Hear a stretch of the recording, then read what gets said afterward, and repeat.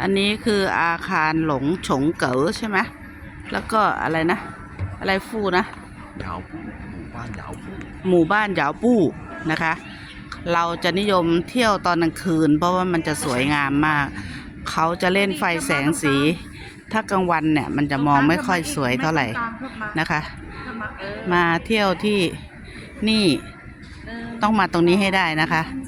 สวยจริงๆแนะนำเดินเลยค่ะ เดินเลยทำวิดีโอไว้ รอบๆก็จะเป็นร้านทั่วไปนะคะ ก็จะเป็นส่วนมากเขาก็จะให้เป็นไฟเนาะเรามาดูไฟกัน มันจะสวยตอนกลางคืนนะคะโอเคไปเดี๋ยวก็ลองพาเดินดู ถ้าให้พูดอีกรอบที่สองก็พูดไม่ถูกแล้วเนาะต้องถามไกด์ว่าแต่ละที่เขาเรียกว่าอะไร โอเค